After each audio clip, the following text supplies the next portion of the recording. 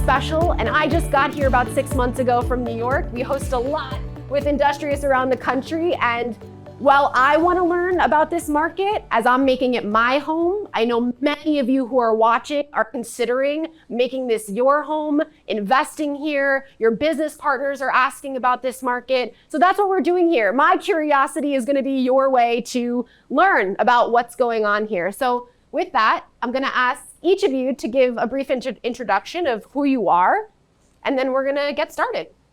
I'm Keith James. I have the pleasure of serving as mayor of West Palm Beach. I've just completed my first term of 4 years, was reelected without opposition to a second term of 4 years. Get sworn in on next week. And I'm happy to be in this position during this very interesting but momentous time in our city session. I'm Kylie Van Buren. I'm the Director of Real Estate Transactions at Industrious, and I was a part of creating this location here at West Palm Beach, and have focused on growth for our real estate team across North America. So really excited to be here and be in our beautiful space today. Great. And Jordan Rathla with the related companies. I'm our Senior Vice President of Development, leading our office initiatives here at West Palm Beach. I can say 3 years ago, we didn't own one office square foot in the city. Today, we own about 1.6 million square feet. And we have plans for another 1.5, 1.6 million square feet. So excited to be part of this growth story in the city. It's incredible. These are the people who are building the market, truly. So I want to, with that, it's a perfect dovetail into how did we get to this current state of West Palm Beach? What are the factors? What are those major contributions from your point of view? Well, I think that, the city was very conscious when COVID hit. To make sure that we kept what I like to say, we kept the doors of the city open. And I think we created a welcoming environment for businesses. And that was important. We certainly wanted to make sure that our small businesses, our restaurants, clubs, and other entertainment venues felt that they had an opportunity to continue their businesses. But we continue to process building permits. We continue to have people come in and do business with the city. That was very important to me, that the city itself remained open for business. And I think that made a statement to the private sector, that perhaps we were somebody that they could do business with even in the midst of COVID. So I think that was a start. No, I would just echo that. Obviously, Related has been in this market for over 20 years. That was really done remotely for a good portion of that. And as the mayor mentioned, it was a welcome business, very pro-growth, pro-development, pro-business mentality that you didn't find in a lot of parts of the country at that time. And Related having a presence here was able to capitalize on that, but it wouldn't have been possible without the local environment, and was forward-thinking in terms of not what's happening in the pandemic in 1 or 2 years, but the next 5 to 10. And I don't think you saw that from a lot of municipalities around the country at that time. Absolutely. Yeah, I think for us, we're new to the market here. We're in our first West Palm Beach location. We've been open for about 3 months. We got the opportunity to partner with Related and be their flex partner of choice here. And we really want to be where our members are. And our members were here because they had moved here or they were here already and they were a part of this amazing community. And it was so vibrant that we thought we could be a addition to that and create an opportunity for some of the small and medium-sized businesses to have space and to get to really participate in all. Without question, when I found out you guys were here, I knew I had to come right away and see the space. And now look at us now. What you guys are doing here, I could see it from a mile away as soon as I got here. You guys are what I call placemaking. Some of you guys call it city building. I know there's some different phrases. But the definition I have here is a people-centered approach to the planning process, design, and management of public spaces. Put simply, it makes people feel good about where they live, work, and play. So what are the contributing factors to making people feel good about living, working, and having their lives here? Well, I think an essential component of placemaking is doing exactly that, creating spaces, places where people want to be, where they want to congregate. Rosemary Square, which Related founded years ago, is a prime example of that. But they did a significant, even pre-COVID, they did a significant reboot. What used to be City Place became Rosemary Square, now Lee Square. But the emphasis there, correct me if I'm wrong, Jordan, was just to make it a place where people wanted to congregate. And we have other places, other spaces like that in our city. We have a tremendous waterfront, which is right a little bit north of us, which again, then it's open. We have different events there. We have a wonderful weed market on Saturdays, but it's a space that was created for the purpose of bringing people together. And I think that's part of our charm, is that we have different pockets around the city where there are just spaces for people to congregate. Yeah, different flavors of like different activities, different communities. Absolutely. Yeah, I mean, I think what the mayor hit on is spot on. We do it around the country, this vision of placemaking, but it's very people-centric. So where the building hits the road, not necessarily looking at the building itself, but really focusing on the pedestrian experience. So it's a place where people want to enjoy the outdoors, take advantage of the open space, and not be inside a building all the time. And we'll credit the city. I mean, years ago, before we developed Rosemary Square, the city hired a public realm consultant, Gail, out of Copenhagen. And we saw a presentation where the city was working on how do they redefine the public spaces in the downtown. And we engaged them to reimagine the square near what it's a curved street, very lush and landscaped, and really pedestrian focused. And that's where we start up on this notion of round up and then the city or people first developments. And it was really started 4 or 5 years here in West Palm, but we've done it in all our projects now with Hudson Yards in New York, in Detroit, around the country, and it's really a people kind of focus-centered process that starts it. It's interesting that you bring up Hudson Yards because when my first experiences down here, you have the Soul Cycle-esque spinning classes outside in the square, you have the restaurants filling over, you have the kids running through the sprinklers, and it's really, there's life. And it very much felt like that central Hudson Yards kind of feeling. It's like, wow. And so it's interesting that you bring up Hudson Yards specifically, and I feel that when I'm here. Kylie, did you want to talk about placemaking? Yeah, for sure. I think there's something really special when you have stakeholders who are long-term invested in the community, and you see that from Related, and you see that from the city. And so West Palm Beach over the past decade has become so vibrant, and there's so much that's already here, and then now there's even more coming. And I think that's so huge because you really get that energy, and I think it's cool people from different areas of the country who now see that energy, who see the business-friendly environment, who want to be here consistently. And so, yeah, and I wanted to ask where James, what does it mean to have companies like Industrious and Related have global portfolios? I mean, really significant companies coming here and making strategic partnerships like this. Well, it's amazing. It's very gratifying to me as mayor. But I have made it very clear when I talk to businesses, and I've gone on a number of recruiting trips around the country, businesses that are thinking about moving here to West Palm Beach. My ask is, I'm not interested in just businesses coming here and building nice buildings. Beautiful buildings are great. I want partners that will help us build a community.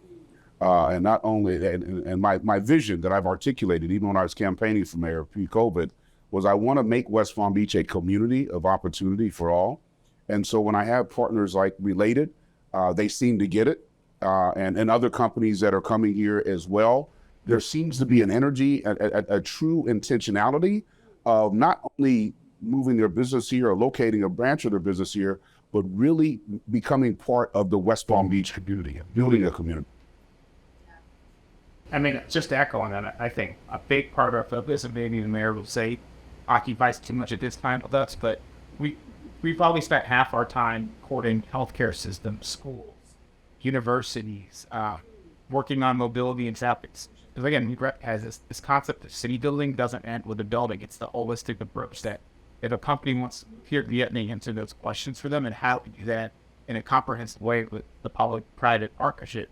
It's not something the city can solve alone. It's not something the county can solve alone. And then we ask for buy-in from the tenants. So when they come to the market, as the mayor was saying, we say, look, you're going to be part of this community. You can't differentiate out us. You have to invest some way in the community, whether it's volunteering or some participation, outside of your office. And we get a lot of buy-in. I think it's resonated in a big way with a lot of the larger corporations, where it asks of an employee anyway. So this isn't just an investment in your space; it's an investment in your That's incredible. To be honest, I don't know how many times I've heard that from the development side, and I think it's because you guys have a unique mix of intentionality and placemaking here, and everybody feels that opportunity. I think this particular partnership between Industrious and Related really emphasizes how much you guys are invested in companies really coming here, but staying here and growing here, right? Because we do know that, office is evolving and a hybrid work model is more and more prevalent. It's something people are asking for more and more. So I think it's very for strategic by Related to have a basic partner like Industrious, but also do you guys have a recipe for doing that? Like helping people come here, build here? Yeah, we do.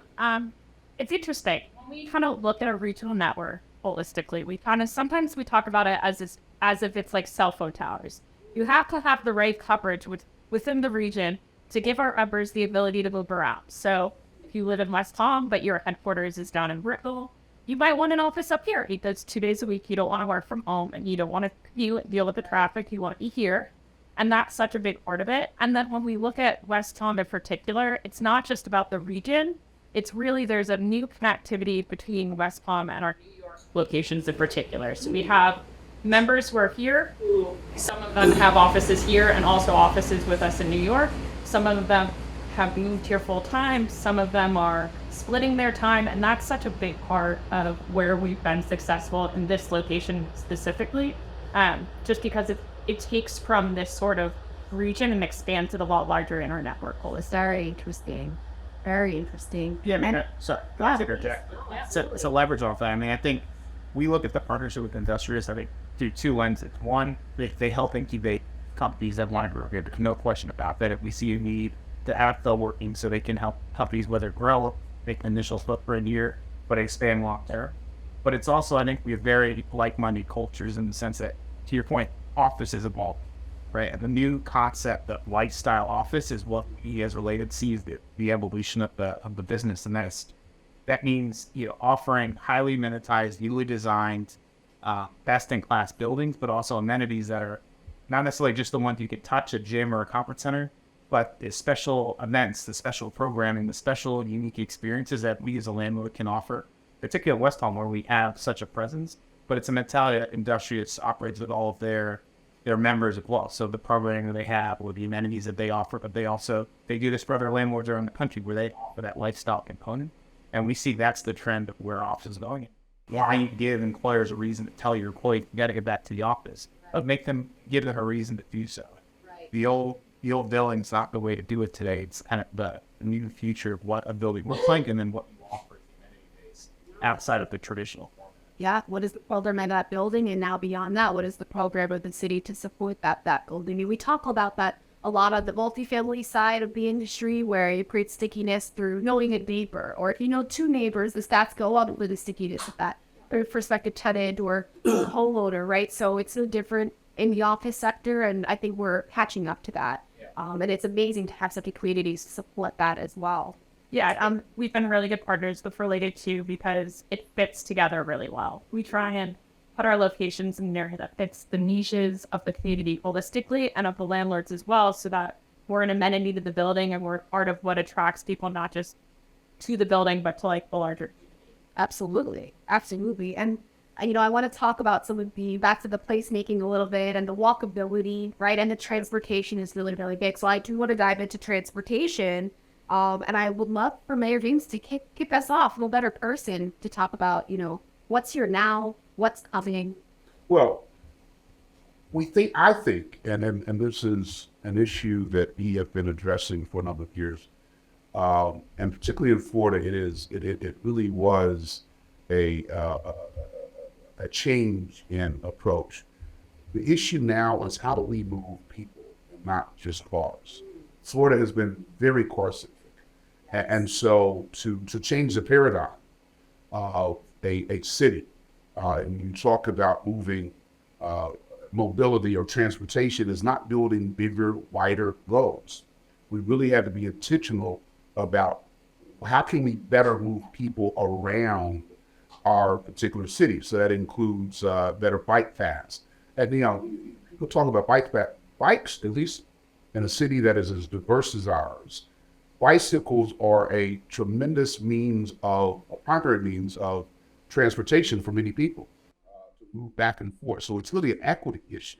as well. So they have better bike paths. And even in the downtown area where you're trying to make sure that you have transportation options, whether it's our trolleys, whether it's our electric vehicles that move people around. So we were very intentional, even pre-COVID, well before COVID. We had a mobility plan that was adopted so that we could look at how we could build a better mobility infrastructure throughout our city, not just bigger and the wider roads, but making it more pedestrian friendly in areas where it's more dense. So, but we were, and I'm proud to say, I was on the commission then, but we tried to address these issues head on and be very proactive about them, including mobility well before COVID. So I think we were uniquely positioned to experience this transformational growth that we are now. Kylie, I know as the director of real estate transactions for Industrious, a massive part of your job is site selection. So how much does transportation, mobility, walkability impact your decision making? And then what are some of the other factors that helped you choose this city? Yeah, I mean, for a lot of southeastern cities, they've traditionally been car-heavy markets, so parking has been a big part of that. We have case studies of locations that have done really well and gotten up to 70% occupied and then got stuck, not because the demand wasn't there, but because the parking wasn't there. And then when we've been able with our landlord partners, part of the benefits of working in the partnership agreement is that landlord partners are incentivized to help work with us on that and gotten more parking. We shot up to 95% occupancy very, very quickly. So parking continues to be a part of this. It's something Jordan and I talked about when we were working out the deal here.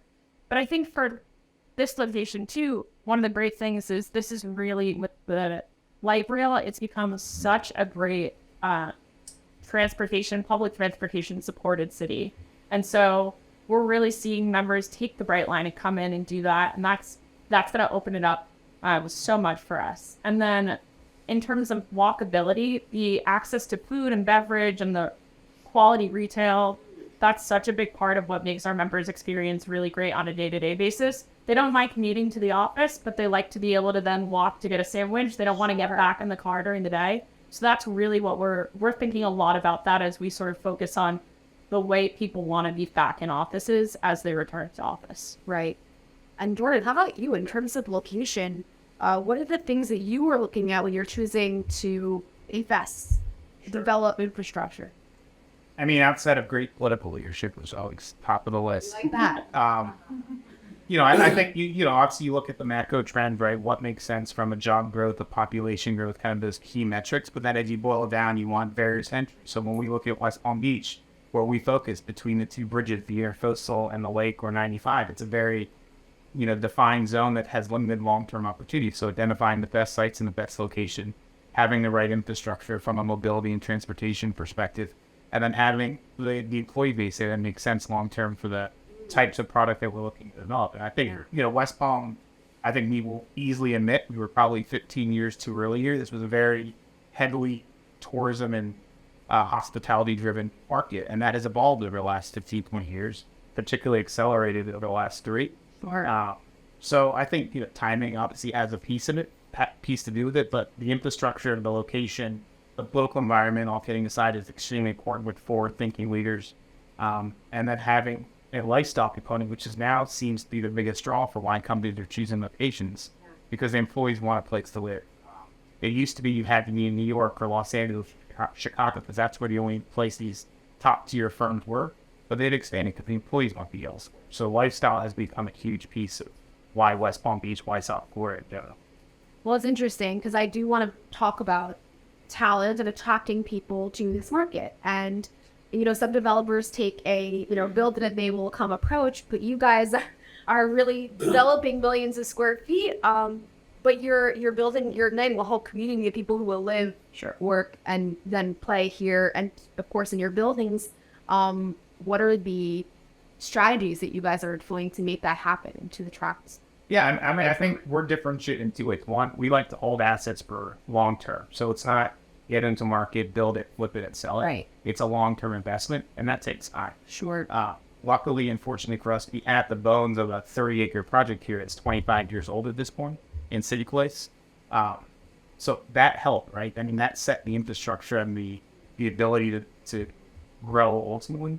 But I think, what we're doing around the country, this concept of lifestyle office revolves around dynamic 24/7 urban environments. And we're in a unique position in Palm Beach County where we have a 30-acre environment that we control, and we have our own landscape and our own security. We have a curated environment that offers that 24/7 lifestyle that if you hear how they're building in another city, you can't offer that. You're in the city, has different ownerships, it's fragmented, but here in West Palm, we have that environment, plus the advantage of the balance of the city that's within 5 or 10 minute walks of the downtown to the waterfront Clematis, or the arts and culture that are 2 minutes away with the North and the Crafts. There's all these components that create this dynamic urban environment that we fortunately, again, had a location in the heart of it for the last 25 years.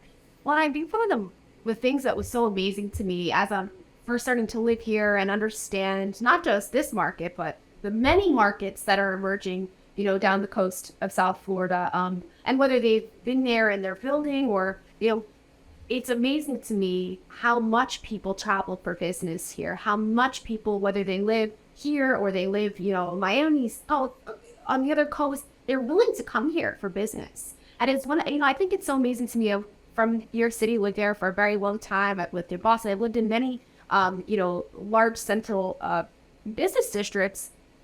When you live there, it's very uncommon for people to say, I'm going to go to Long Island for a meeting. I'm from Manhattan. No, you go to Manhattan for the meeting. It's very uncommon. So I was so surprised how much, and we have people here from Miami today who came for, to see this panel. And I think it's so incredible. And maybe it shouldn't shock me so much, but I think it's very unique. So it's not just this urban center, but you guys have created a destination amongst many markets across South Florida. And so I want to talk to Kylie a little bit about this aspect of talent and not only creation, but development, retention.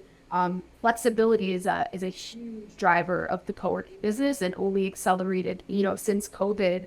And so I want to know, how is flexibility playing a role in the attractiveness of this location? Yeah.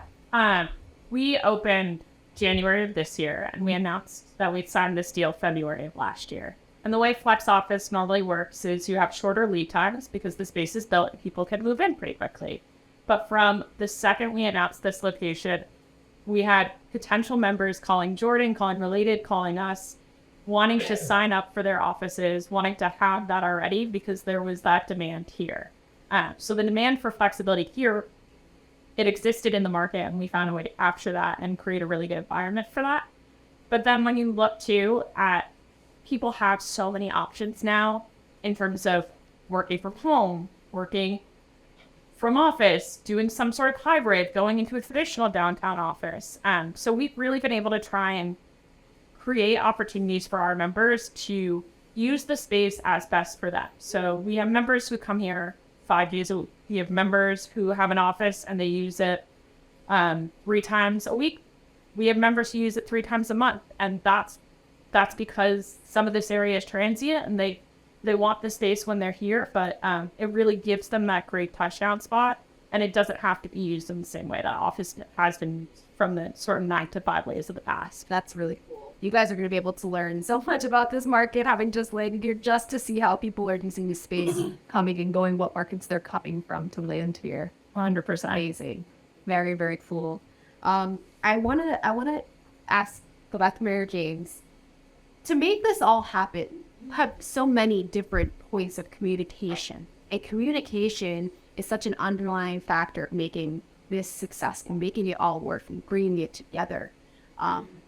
How does that happen? Can you talk to us a little bit about how is that for you all together?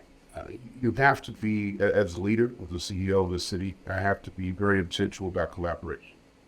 A lot of what we have accomplished here has been through a public-private partnership, and being open to that and looking for ways to yes.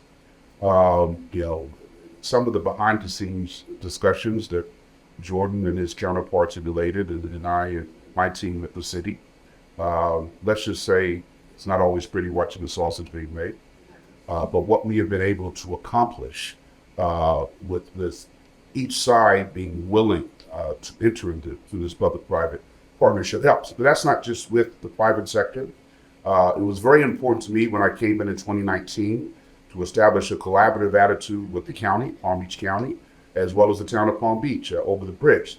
And I went to each of those, one municipality and the governmental entities, and basically extended the olive branch and said, listen, I'm the mayor now, it's a new administration, and I want to bring a new attitude toward our relationship.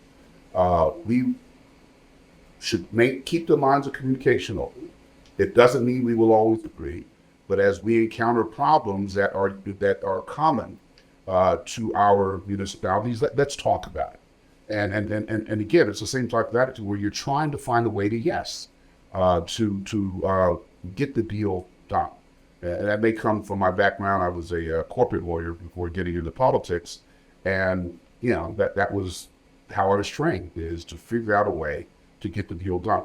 And I brought that same attitude to being the governmental leader. So it's also building relationships, and whether it's with the private sector or representatives of the private sector, with business development groups, whether it's the DDB or the Economic Council or the Chamber, just being in the moment with them and letting them understand that I, as the CEO of the city, was willing to listen to what their concerns were, as long as they were willing to work with me on building a community. So it really is, you have to be intentional about these things. You can't just sit in your city hall office and just expect it all to happen.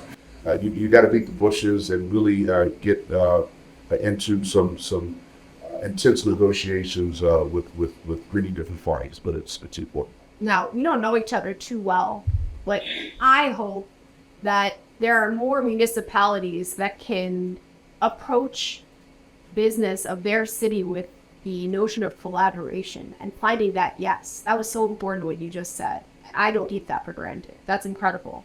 What an amazing stance. So all of this being said, talent and office and infrastructure and culture doesn't happen without housing. And it doesn't happen without a city that doesn't feel safe. I would love for you to talk about that. Well, when I campaigned, I campaigned on one of my foundational planks was that public safety is job number one for any municipality, any mayor, any commission. People need to feel safe and secure in their environment. I don't care what zip code they live in, what neighborhood they live in. And so it was important to me that the bonds between communities and the law enforcement, our first responders, would be very strong. So one of the first things I did after becoming elected was to change police chiefs. And I found that I hired a police chief whose philosophy was much more similar to mine, because even in some of our poorer neighborhoods, they weren't talking about defunding the police.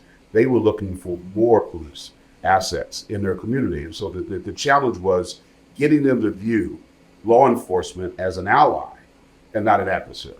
And that's an attitude, and it's a change. It requires a police department that is very intentional about creating that kind of department and strengthening community and police relationships. But it didn't stop there. Housing continues to be an issue, and I hesitate to use the term affordable housing. It's really housing that is affordable. It's essential housing. It's housing for our nurses. It's housing for our school teachers. It's housing for the men and women who wait on us in the restaurants. How do we increase the supply and the inventory of this essential housing? And it's a challenge, but it goes back to also having public-private relationships. I'm proud to say we've got a project that'll be opening up in June of this year, where we sat down with some developers. They had an idea, and the city had to put some skin in the game, and they did, but it's going to open up in June, and that's going to be over 300 units of affordable housing right next to our downtown. The investment was made in one of our poorest communities. It was the largest investment in that community in the history of this city, but it took a collaborative spirit, public-private working together, but it's going to increase the amount of units of workforce housing right next to our downtown, so people don't have to buy cars. They can hop on the trolley or they can hop on the circuit and get to downtown without having to invest in a car. But it takes that kind of proactive forward thinking with the private sector to make these things happen. You can't just sit back and hope that it happens organically. You have to be very proactive and intentional about working on solutions to these problems. So the affordability of housing continues to be a challenge for us, as well as the mobility issue continues to be a challenge. But I tell my team, I'd much rather have the challenges and the opportunities, if you will, of a growing city than one of a city that is, shall we say, at the opposite end of the spectrum. I love that. Incredible. I would only love to look into, if we had a crystal ball right now, and see what this city would look like in 10 years from now, but we don't have that crystal ball. So I'm going to ask instead, what are you hopeful to see? If you want to give it 5 years, if you want to give it 10 years, if you want to give it the next 35 years of hanging out here, right, James, calling it home, what do you hope to see from this market? It's a loaded question. I'll jump in. Additionally, unfortunately, like, the mayor only has 4 more years, so we would only be hopeful that you'd have the next administration, next group of leaders that have the same forward-thinking mentality. So I think for us, that's critical. That spirit of collaboration is real. West Palm and what's happened here wouldn't happen without it. We've been on what I call an awareness campaign the last 3 or 4 years, and that's road shows with the mayor, with the BDB, Business Development Group, to go around the country and say, here's what's happening in West Palm. This is not the seaside beach down there. Remember, this is a real city with real goals and real aspirations and a real desire to be a world-class destination. So I think, one, having a great public-private relationship for the next 5 to 10 years is critical. And what that I think also means is diversification of the economy. It's been initially very leisure hospitality focused. Aerospace was being in the northern part of the county and some infrastructure and manufacturing related. Obviously financial services now in West Palm, but healthcare and education, the hope is kind of the next frontier to continue to diversify the outreach here. I know the mayor made that a focus as part of some of the outreach he's done, particularly with the county as well. So this collaborative approach to this is not just a city anymore, it's really a region between here and Miami. And that has changed the focus from talent acquisition and types of tenants that will now consider this an industrious option that way too, right? You can have an office in Miami, have it all a presence in West Palm, but it really is a connected region. So I think that will be the next path to growth. It can't be focused on the two industries that have been here, but something more diversified. And I think there's a lot of interest to make that happen. I would say so. Can we talk a little bit about related to your plans for the next few years, like very tangible, in what you guys have planned? Sure. I mean, like I said, we have about 1.3 million square feet of office space. We have 8 developments planned over the next 5 years that would double that, would add significant housing as well. I think part of the discussion of the city early on, we understood the workforce, the affordable housing question, and related still is the largest private owner of affordable housing in the country. So when we went through a lot of the rezoning efforts in the middle of the square, part of the request from the city was, look, we need to see some additional workforce housing, some housing that is affordable. So every new rental product in the square has a minimum 15% workforce housing requirement. So look, we understand the only way our projects are sustainable, the only way companies continue to grow here is to have a wide range of options on the housing front, as is on the for sale or the rental side. So that was a big push by the mayor early on when he had some very lofty goals for additional affordable housing needs in the city. I think his second year to double that goal. Met it early on. So we recognize that was a focus for the city and something we wanted to.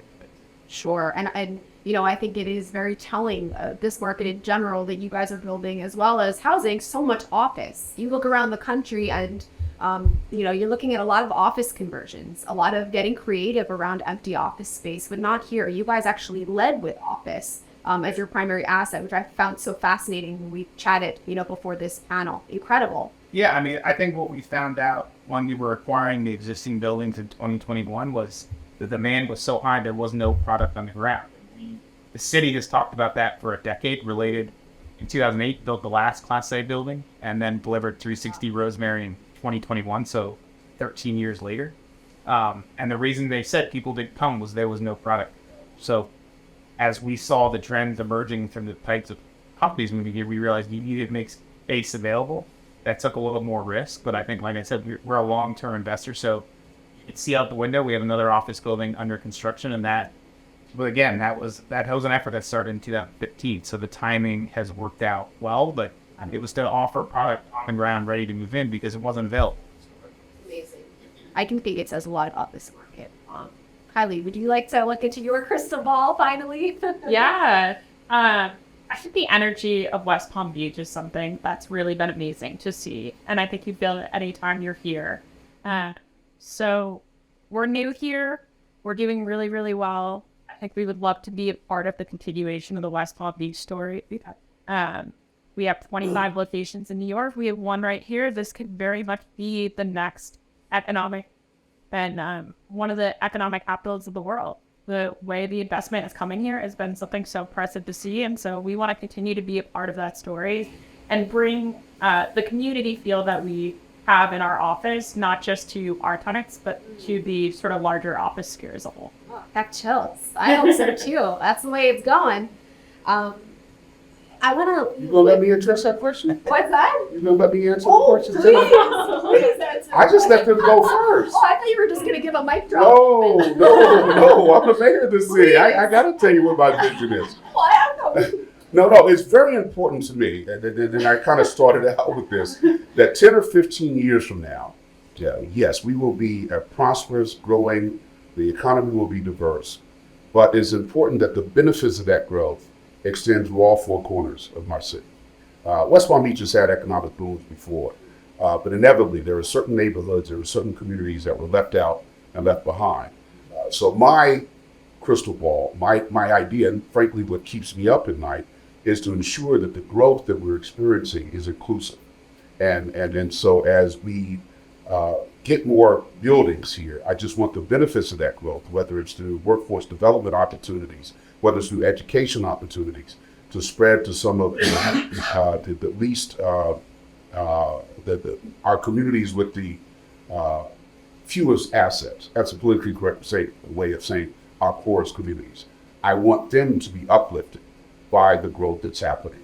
So that is what I'm very optimistic about over the next 10 years, 12 years, 15 years, and that those communities, the boys and girls who are growing up in those communities, will see opportunities in some of this growth that we're experiencing here, and will be able to have a tremendous lifestyle and opportunities for their families. That's important. Wonderful. Just looking to have a couple of words, and I would love to ask you guys with just like one lasting word or sentence, how would you describe the current state of West Palm Beach? Say excited. I mean, you've been here much longer. I've been here 5.5 years. I don't think that the enthusiasm for the trajectory of the city has never been greater. The types of companies come here, as the mayor mentioned, this mission of inclusionary growth is something I think he's gotten a lot of buy-in, not from just Related, but a large number of the constituencies in the community, other developers who understand. I mean, this is not just for the benefit of few, and it's a unique opportunity that the city has to take advantage of here.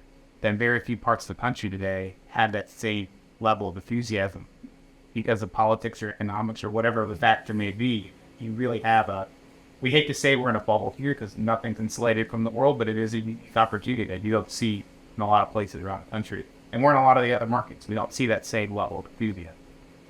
So one word I would use to describe West Palm Beach is magical.